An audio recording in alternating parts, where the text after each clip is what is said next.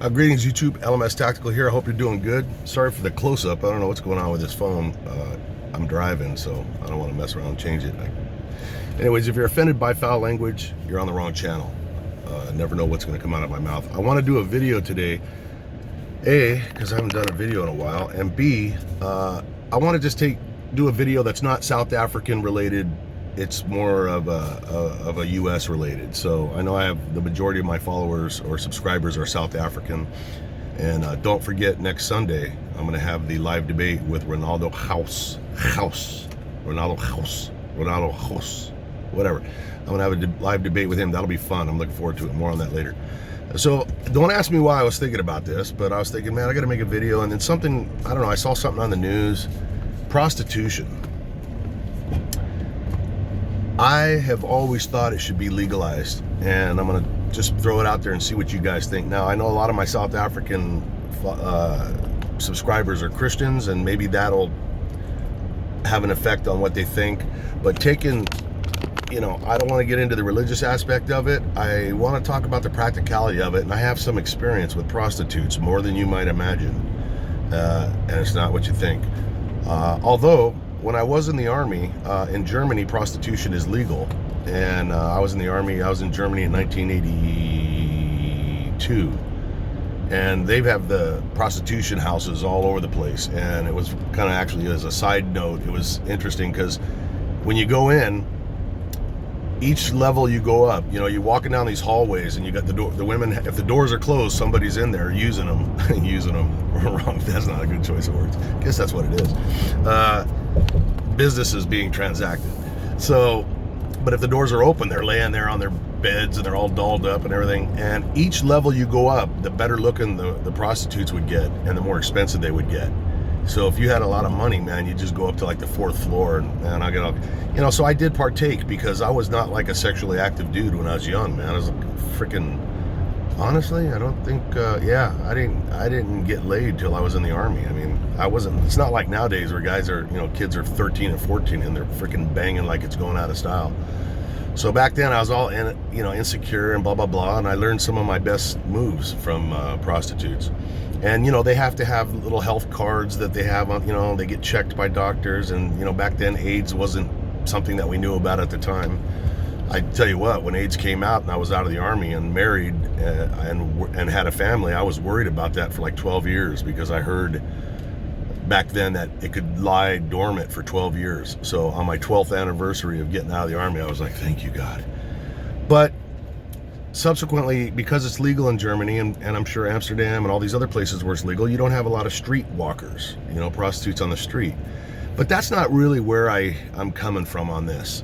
Where I'm coming from is, you know, I'm a retired LAPD officer, unless you're new to the channel. And my last division I worked was Hollywood Division. And I worked with Hollywood Vice in a unit that was called PED, Prostitution Enforcement Detail.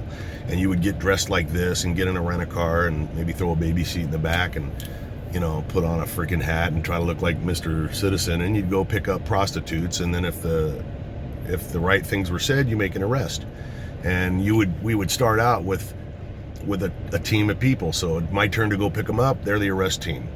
And, you know, one night we'd work the women, which were like Sunset Boulevard, Western Sunset Boulevard, on the west side, high class, beautiful, blah, blah, blah.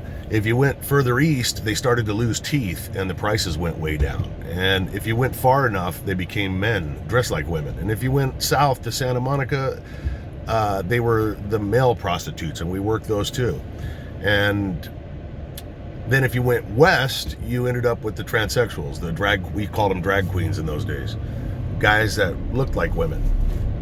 So it was during that short time I worked PED, and I was good at it, but I realized what an absolute waste of resources. I mean, from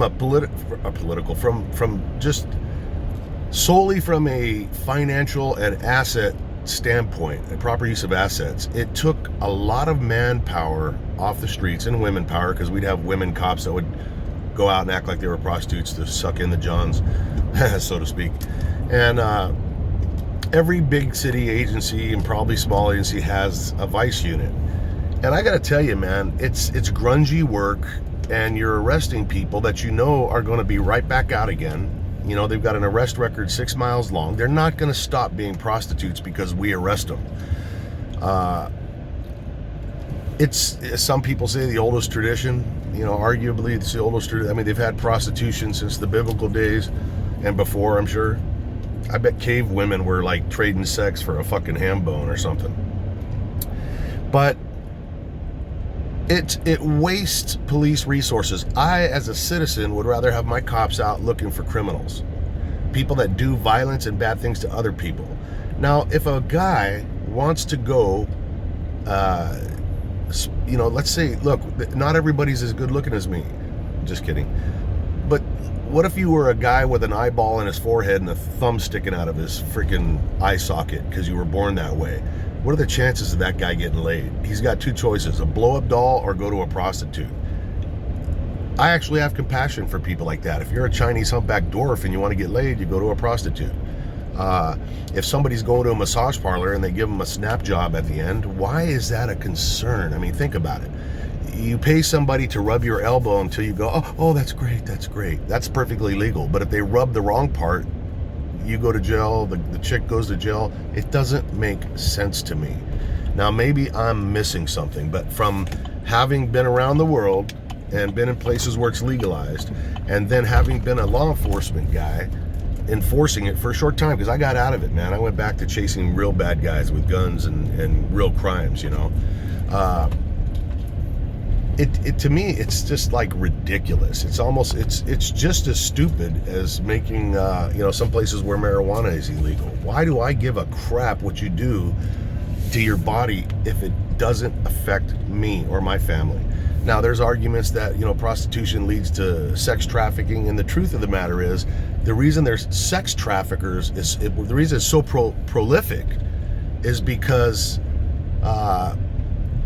it's illegal. So there's a big market for this underground thing. And I mean, you know, I'm sure that a lot of these people that are getting trafficked, you know, they're probably having to work off their whatever it costs to get into the country or whatever by doing this. And then, you know, but also they're not keeping the money.